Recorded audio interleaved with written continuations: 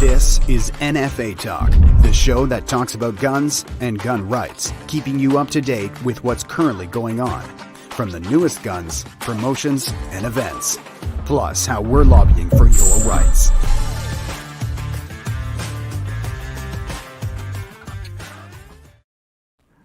And it's time for another episode of NFA Talk. Tonight I have Blair Hagen, our Vice President, and I have Jean Charest with us as our special guest. Good evening, guys. How are you? I'm doing very well. Thank you, Jordan. Hello, Blair. Good evening. It's great to have you here. So let's talk firearms. Okay, Mr. Charest, welcome. Thank you for doing this. Let's get right into it. Since 2016, the Trudeau Liberal government has introduced 3 measures that directly attack the rights, freedoms, and property of Canadians. Bill C-71, which resurrects long gun registration in Canada, the May 2020 OIC, which intends to confiscate hundreds of thousands of legitimately owned and lawfully acquired firearms from Canadians, and Bill C-21, which intends to do the same to legally owned handguns after a freeze on the transfer or purchase of these firearms, amongst other measures. As Conservative Party leader and Prime Minister, how would you protect the rights, freedoms, and property of Canadians, or would you leave these liberal civil disarmament measures in place? Blair, thank you. Well, first of all, thank you for hosting me. And I'm delighted to have an opportunity to talk to both of you and through you to your membership and your audience. And let me start by saying the obvious. And something should be obvious to everyone in this country. The issue on firearms in Canada is illegal handguns in cities and gangs. That's the issue. And that's what the country should focus on. And this is true. And I say this, by the way, my home is in Montreal. It used to be a few years ago that, Montrealers would look down on folks at Toronto because they had shootings. And right now, as you know, and regrettably, I don't think there's a day that goes by without us having a shooting in open daylight, by the way. This is open daylight. And it's almost every single day. And it's about gangs. And people here are feeling that their lives are, that they're not secure. That's the issue. And so what I've been proposing in this leadership race is that the federal government use its resources to get the RCMP organized around this, put together a special unit, work with other police forces in the country to stop the illegal smuggling of these handguns, illegal handguns, and get that under control. That's what the country should be focused on, not hunters, not farmers, not people who are law-abiding citizens who are already regulated to the hilt, and that we address that problem. Now, and by the way, I am a hunter. I don't own a firearm, but I'm a hunter, and I've enjoyed hunting for the last few years. Now, there's, my position on what we have now is that the Trudeau government proposed, for obvious political reasons, this OIC in 2020 that you referred to, Blair, about assault weapons, or what apparent assault weapons, or what the exact word is. Military style, as they call it. Military style. I mean, so, and let me get a bit ahead of the discussion here. Baiting conservatives on this issue. We're going to talk to ourselves very frankly. Liberals get in trouble in an election campaign. You know what they do? They trot out something on gun control, or what they call it. That's what they do. And too often, conservatives have played the script. So this is what Mr. Trudeau's doing. And I intend to call him out on it, by the way, on this. And I think we have to say that to Canadians. This guy, or whether him or someone else, that's what they're going to do. They're going to do that. I mean, this is as predictable as the sun comes up in the morning. And make sure that everyone understands what's going on. And this OIC, and I think it's what other candidates say, would have it reviewed by a panel of experts, independent experts, who will narrow it down to what it is, if there is assault style weapons or assault weapons. We already have restrictions on what I understand on 5 clips and what should be allowed. I mean, we've gone through all these debates. So that's that's where I would be on this. And I certainly wouldn't allow us and allow you and the folks that you speak for and are members of the NFA to be dragged into another debate that will allow the Liberals to be in government for another mandate to only further restrict you at the first opportunity they'll have and politicize this debate. And I'm sorry to be so long, but Blair, some people are a little skeptical about this. Would the Liberals really politicize? Well, the Lukey episode, if there were doubts, I think there's no doubt in any one reasonable person's mind now that this Liberal government has been politicizing this issue to their own benefit. And I regret that because it's bad for the country and it just further divides people by introducing this confusion that is just, further divisive between rural Canadians and urban Canadians. Thank you. I'm sorry, Blair, to be so long, but no, not at all. And we certainly saw that in the last election campaign. And unfortunately, the leader at the time was not circumspect enough to understand what the Liberal Party was doing. We have the same concerns with public safety where I'm at here in Vancouver. We are one of the most highly regulated countries in the Western world when it comes to firearms and have been for many, many years. Yet we still have the problem of criminal gang violence. And a lot of Canadians are asking, why did we sacrifice our rights and freedoms at the altar of gun control? Why did we sacrifice our property over these many years when we still have the same problems? They're still manifesting themselves, and in some cases are even worse.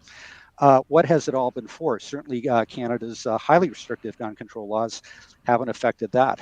And a lot of people are very concerned about that. I know you know this. We are looking for a different road, a road that respects the rights and property of Canadians, attacks the true source of crime, the true source of tragedies. That's not happening now, and it has not been for many years. Would you agree? Well, I would agree. And Blair, I mean, that's why we need to change. Conservatives need to be smart about this and change the discourse. And I like what you said, and be very straight with Canadians and say, folks, let's be clear about what's happening here. The Liberals are trotting this issue out because they want to, further divide and create confusion and win votes. There's an issue here we all agree on. Rural, urban, all of us who are legitimate owners of guns. We have a problem with illegal handguns in cities or firearms or other. That's the issue. That's what we need to focus on. Now, leave the other gun owners, frankly, they're perfectly willing to respect laws, and they are law-abiding citizens. There's no need to get back, to get on their back again. That's not that's not the issue here.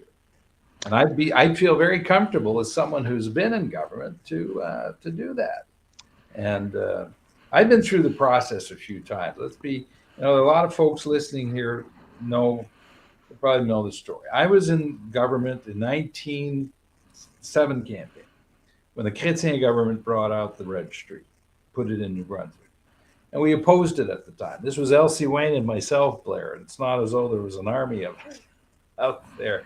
We were rebuilding the Progressive Conservative Party at the time from 2 up to 20. And we opposed it. And, our instinct was right. We said, this is going to cost a fortune for not a lot of outcomes or results. And that's what it ended up being. There was a change in government. The Harper government was elected. They rightfully came in. Now, when I was Premier of Quebec, this is around 2010, my police forces said to me, when Mr. Harper was dismantling the gun registry, they said, listen, the information's there. We'd like to be able to secure that information. We think it can be useful to us. And I as Premier, said, fine, okay. So that's what we did. And that was what our position was. We weren't trying to further regulate anyone, but we thought that was common sense since all of that money had been spent and that part of the registry was there. Now, the Harper government disagreed at the time. They said, no, we're dismantling. I can understand their view. They had said to their constituents and the folks that they asked support from, and they formed a government, they said, we're going to dismantle the registry. We're not going to dismantle part of it. We're going to dismantle it. And they went ahead and did it. So that's been my story on this. And Yes, and many Quebecers and many Canadians disagreed with that. Quebec having its own provincial registry for not only Yep. reasons, the fact that they just don't work, they are an incredible waste of money and they target the law abiding, but the fact of impending confiscation, which is apparently happening today, using those registries to target farms owners, target their farms, their property for confiscation. And is that not a danger when you're dealing with any kind of registry? Well, it is a danger, and people should not be criminalized because of their, for example, there's an expiry on registration. You have to think of the wisdom of doing that on behalf of a government, and the irritation it creates, the frustration it creates, and the division it creates when it's not necessary to do that. When it is not necessary to do that. There's one thing you learn from experience in being in government, and I'm a conservative. I've been a conservative all my life. I believe in institutions, but I also believe that at the end of the day, you don't intervene if you don't have to intervene. I mean, government, it's not government's job to stick their nose into everything. If it's the question, is it necessary to do this? Does it serve a purpose? Does it? Well, if it doesn't, then you don't intervene.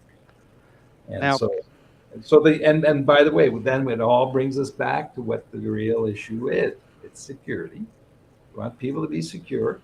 And if there's what's the security issue here? It's violence in cities. That's the issue. Now, communications from your campaign have made reference to having a panel to review farms classifications. Would that panel include representatives from Canadian farms industry, owners, and users groups? Oh, I'm very open to the panel. I'm thinking of, the first idea that comes to mind, Blair, on the panel staff. But first of all, to take it out of the hands of politicians, people who have political agendas. And now we know, you can be on any side of the debate right now. I think it's reasonable for us to say to Canadians, listen, this has been politicized. This has been a political football. We have to stop dealing it with that way and call that out. So the idea of the panel, Blair, is to say we're going to take it out of their hands, put it in the hands of people who are going to look at this with a clear eye and not with any specific agenda.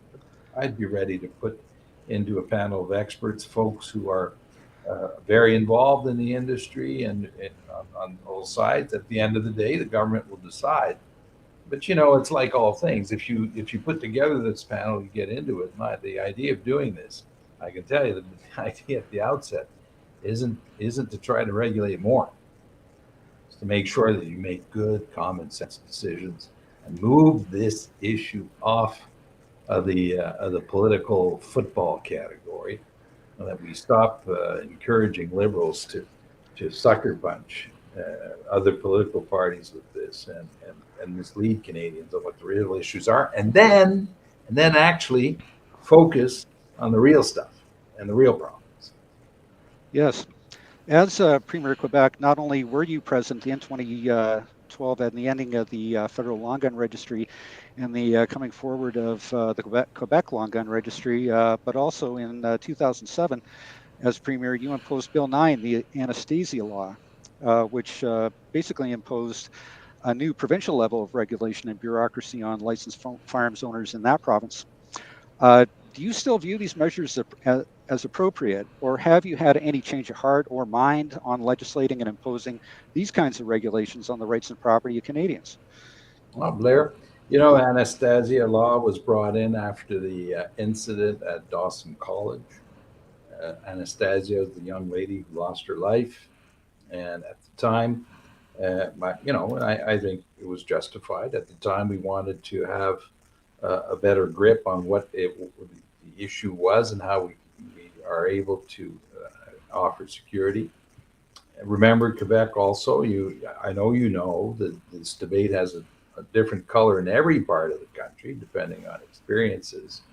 The experience or the regrettable tragedy of 1989 at l'École Polytechnique is something that is very vivid in the mind of Quebecers. So that's why, we're a very decentralized federation. People have a different views on how much we want to or how we want to deal with this issue. And as a provincial premier, that's what I reflected in the legislation that I brought forward. Yeah, you mentioned L'École Polytechnique. In 1991, you were a member of a PC government that imposed Bill C-17, legislation that negatively affected the rights and property of Canadians and was later expanded on by the following Liberal government in 1995. Bill C-68, the infamous long gun registry. Same question.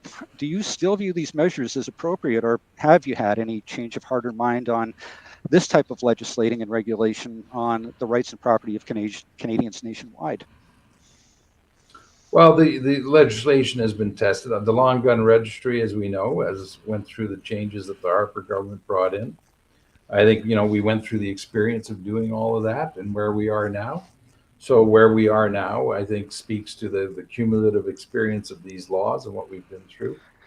I'm not proposing to add anything more, and I would do the review of the OIC. I think we need to draw the lessons from what we did in good faith, and reaction to the events that were there at the time, always with the same view of ensuring the security of Canadians.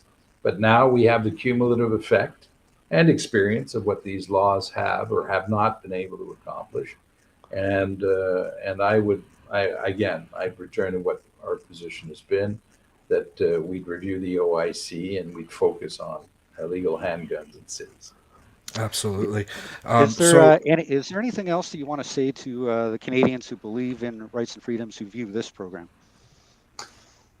Well, I'm here because I have a lot of respect for those of you and those who are members of your association who feel very strongly about this issue. And I'm also here because, as you mentioned, I happen to have the benefit of having that experience of going through those changes, the events that led to people wanting to make changes to law, testing them and seeing them. And I've been through all of that, which leads me to where we are today. As I mentioned earlier, it's quite clear now how the Liberals have used these laws more recently to divide us further. My position and the plea that I make to you is that let's benefit from that cumulative experience that we've had, look at what we did right and what we did that wasn't as effective as it should have been.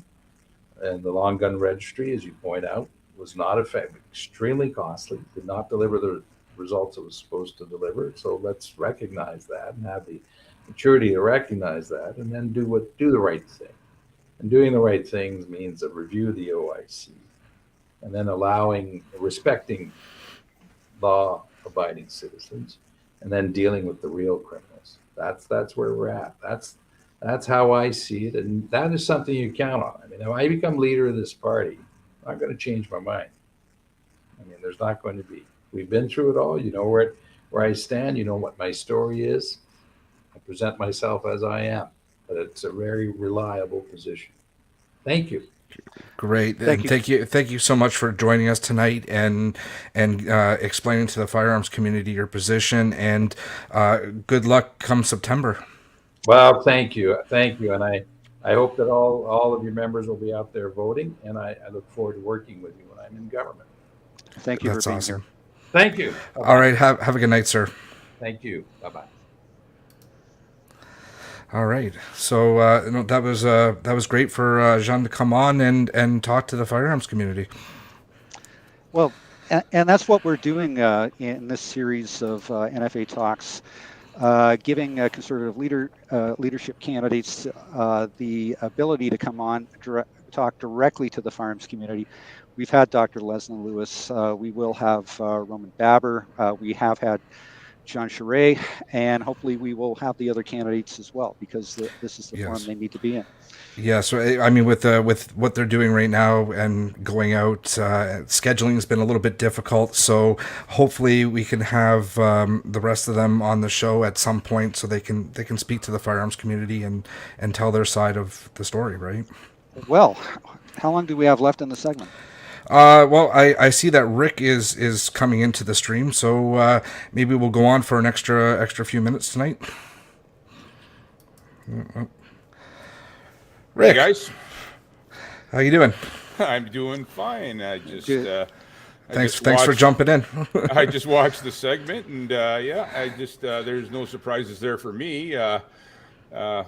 Do we want to take any questions or comments from the audience? Yeah, sure. Let's do it. Right. Well, I mean, we had a lot of comments talking about repeal. I mean, so I think Mr. Charest had the opportunity to address it exactly the way he wanted to. I think he did. I think everyone knows the position of NFA is the complete repeal and replacement of all of this. If Mr. Charest wanted to use those words, he certainly had the opportunity to do so. It is what it is. Yep. It's like you mentioned earlier, Blair. We're interviewing all the candidates and letting them say their piece, and we're going to let people make up their own minds. And I think Mr. Charest made up a lot of people's minds tonight.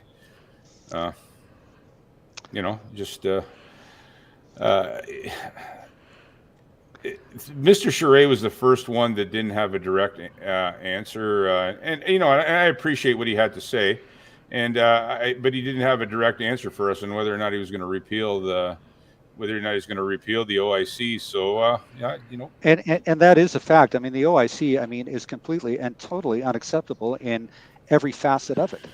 It was not brought in for public safety purposes. Period. Yeah. And therefore, it must be repealed. It must be replaced by an order in council, basically nullifying it. That's the stance of NFA.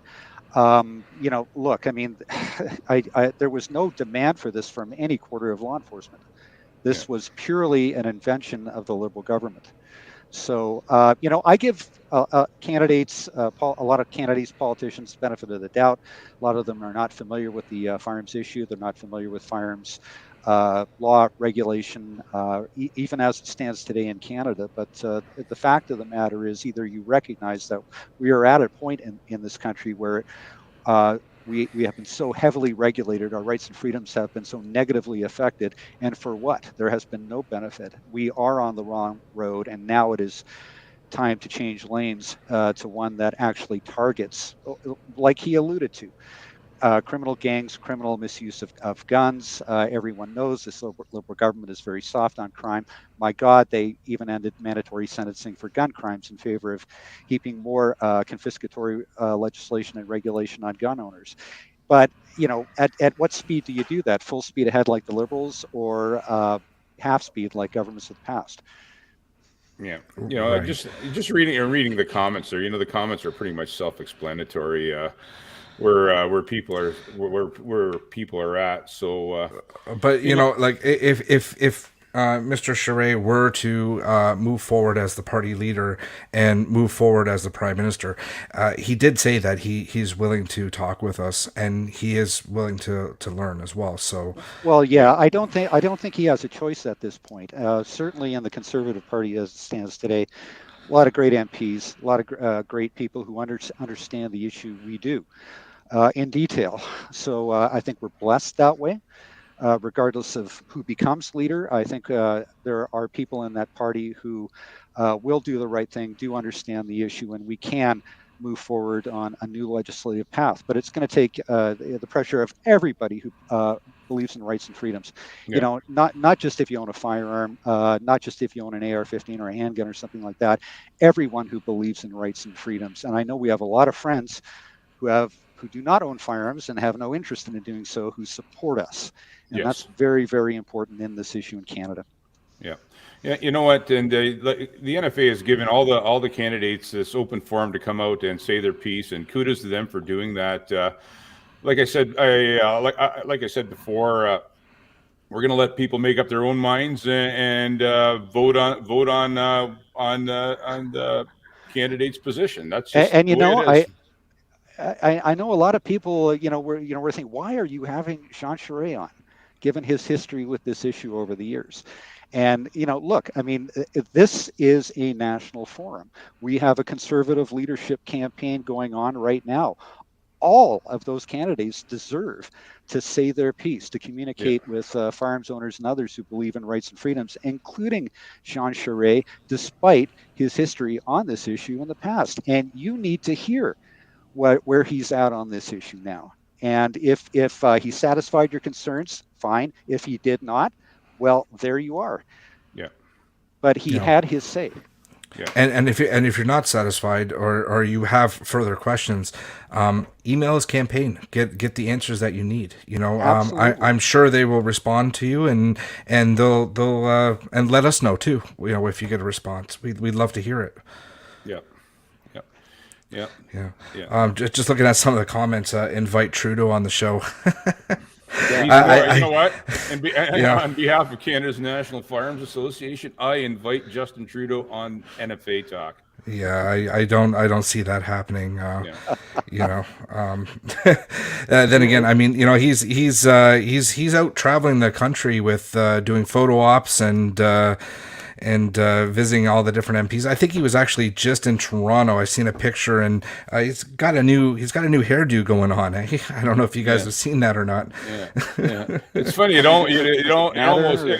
almost looks like there's an election looming because he sure is on the road. And when Justin's government is defeated and the inevitable Liberal leadership campaign comes up, we'll invite those candidates too. Yeah, absolutely. We want to hear from everybody, and we want our people to make up their minds. Absolutely. We want Canadian firearms owners and Canadians to make up their minds on what these people have to say on our forum.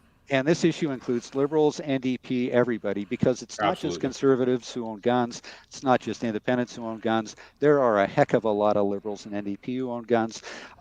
They need to be part of the dialogue on this issue. They need to be active in their parties. Advocating for the rights and freedoms of Canadians to celebrate this Canadian right and culture, Canadian right and cultural tradition.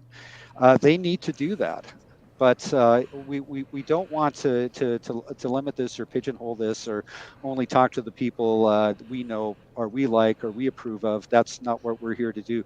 We're here to talk about the issue, communicate ideas, and let them know that we are very, very serious about advancing the rights and freedoms of Canadians politically from coast to coast. Yes. No, and it's always been an open invitation. We've sent out invitations. I'd love to talk to somebody that doesn't. Let's have a debate on this show, right? Let's talk to Marco Mendocino or Bill Blair. Come on the show. Let's talk. Let's have a debate. NFA debate, right? I'd love to get engaged in that. Yeah. That's what we're here for. I mean, we are part of the public discourse in Canada today. We're not going away. It's strange. Mr. Charest alluded to, hey, let's depoliticize this. Let's get this back on public safety. And I understand why he might say that, but it's never going to be that way again. We're going to be here guarding, defending, and advancing the rights and freedoms of Canadians.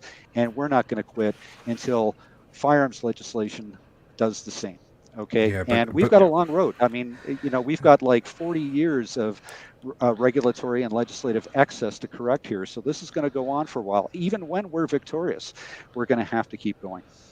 No, absolutely. I mean, it seems that you switch government, we go on defense. We switch government, we go on offense. It's back and forth, right? And we have our former President Sheldon Clare in the comments section. Yes, he's been commenting. He's been active. Hi, Sheldon. I mean, like it's if we've been doing this back and forth with gun control for a very long time now, and yes. I really wish that they would focus on something else and leave this out. Right? Let's focus. We're just coming out of a pandemic. We've got a lot of other stuff to focus on. We have an opioid problem in Canada. We have we're possibly heading into a recession because of the spending that we've been doing. There's many things that we have to worry about, and this Jordan, is not one of them. Jordan, who's responsible for all of that? Well, and how do you deflect the attention of Canadians away from that with nice, fancy, shiny things like gun control? Yeah, well, exactly. Let's scapegoat them, right? So that's exactly what it is. Hey guys, we're the go-to. We're the go-to when things start to go bad for them. We seem to be the first target on the go-to when they have nothing else. How do you know when I'll say it again? How do you know when a Liberal government is desperate? they start pounding the gun control drums. Yeah. You know.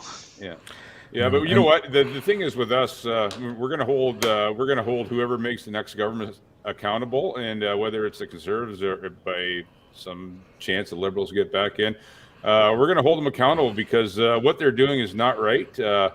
With these bills, and it's a direct assault on firearms owners across Canada, and we at the NFA have had enough of it. We've had enough of it for a lot of years, but we're going to move forward and do everything we can to stop this, or at least slow it down, or in a perfect world, stop it and get things back to somewhat normal. Yeah, no, I mean, this is a long, far-reaching issue. Our replacements are going to be talking about this 20 years from now, and hopefully we've laid the groundwork for them to have better laws, better legislation, and a better political environment. And I think we're going to do that. I mean, if you look at this Conservative leadership campaign, the quality of the candidates, certainly the dialogue on firearms is a lot more advanced and a lot more intuitive than it was certainly in the previous campaign, when all they were addressing was I believe C-71. Now we've actually got the threat of confiscation and that sort of thing, and I'm pleased that all of the candidates have come out and said that they will not tolerate that, or at least don't agree with it. And there's varying degrees of that, various ways that they address it, but I think we can all be rest assured that the candidates understand the firearms issue better than they ever have before. Yeah. Right. Yeah. So so in many public speakings, Minister Mendocino has said, they plan on starting the buyback program, which I don't like how they, you might as well just call it confiscation, but hey, program by the end of this year. So, I mean, they're working really hard. I see there was an access to information, and they really don't know what they're doing, and they're asking for advice. And you know what, anybody in the firearms community, anybody with a business, any kind of stakeholders, don't help them take our stuff. No, please don't help them. Don't give them advice. Don't help them out. This is there's nothing to be gained by helping the Liberal government take our guns, wherever you sit in the spectrum in the firearms world. I don't see that as being a problem. I think we're united in our opposition to this. I believe that we're all working towards the same goals, and we have political and legal solutions to this, and that's the most important part. I remember 1995, and there were no political or legal solutions. I mean, it was a totally different country. The Parliament, my God, Liberal majority government, massive majority, no opposition in Ottawa. The opposition was the Bloc Québécois, and certainly no way of stopping that legislation. Today it's different. We've got all kinds of alternatives, all kinds of legal and political solutions. So I'm confident that we are going to stop this. We will elect a government that respects the rights and property of Canadians, and we're going to get back on the road to firearms law reform. Yeah, absolutely. Yes, yeah, and that'd be great. That'd be great because then we can start spending some more time at the range. Exactly. Yeah, I want to apologize to everybody because my shirt's kind of really sketchy looking, but I thought I'd wear my NFA Tactimus shirt tonight. And there you go. Yeah. So, but sorry that the color's off on it. That one we're not able to keep that one on the shelf. And at all the firearms shows, which are very absent right now, we were never able to keep them in our booth. Right? People just love that shirt. But if you do like the shirt, you can certainly visit the NFA store, www.nfa.ca, and view the other wide selection of merchandise that we have available. Yeah, exactly. And I like the wording on it myself. Stand your ground, because that's what the NFA does. We stand our ground. That's right. Right. Yeah. Right.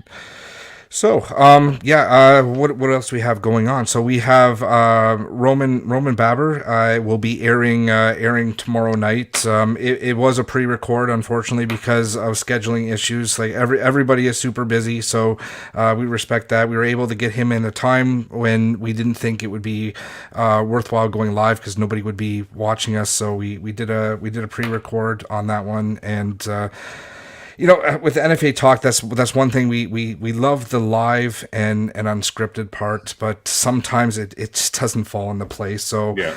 The odd time we're going to get it. It is what it is. But y'all should look forward to seeing what Roman has to say, and then we're still looking to schedule the other ones as well. So, if some of these candidates are not going to win the leadership of the Conservative Party, you should tune in and listen anyways, because there's a lot of positioning going on.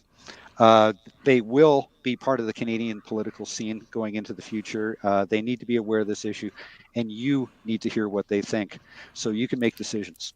Yeah, absolutely. Another quick reminder, you're voting, your ballots. If you haven't filled it out, fill them out. They do have to be in before September 6th. Am I right, guys? Yep. So, pick your first choice, your second choice. You don't have to pick everyone if you don't want to. It's your choice, but make sure that you fill them out. I'm going to be filling mine out shortly and throwing it in the mail. So yeah, there is some confusion on that. I actually messed mine up and had to get another one, but there is some confusion. Just pick your first and your second choice, and make sure you don't none of the columns line up with dots, and then it's good. So if I could follow those instructions, anybody can. Yeah. And I think in looking at the comments, it's pretty apparent that a lot of people, a lot of NFA members and others who are joining us tonight are Conservative Party members and voting in this contest. So that's I've seen a lot of posts already saying that they voted, but that's great. So I'm looking forward to September 10th. That's the weekend of TACCOM. So yes. We're going to be at TACCOM. NFA will be at TACCOM. So it's going to be kind of like I guess we're going to have two things going on, right? So we're going to find out who our new Conservative leader is, and we're going to be at the show that weekend. And I believe we're going to do a live NFA talk from TACCOM too. So that's gonna be exciting. Yeah. Come out and meet us. We're gonna have a bunch of directors there. I'm gonna be there. Jordan's gonna be there. Just come out and meet us. We're just like you. We're just shooters that are fighting for our rights. We're just down to earth people. We'll be glad to talk to anybody that wants to speak to us. So just come out, and I'll be glad to answer any questions there, and so will the rest of the board of directors. We might, if you have any questions, just come out and see us at TACCOM. We've got a fair sized booth, so lots of room for everybody. Just come out, one and all. Yeah. Right. All right. So I think we're going to wrap it up tonight. Again, Mr. Charest, thank you for joining us. If maybe, I don't know if he was busy, so he might still be listening. But if not, he might see this. Thank you again for joining us. Rick, thanks for jumping in there. And Blair, it's been great chatting, and we'll see you all next time. Okay. See everybody. Good night. Thanks for listening to this episode of NFA Talk. Like and follow the NFA on social media and sign up to become a member.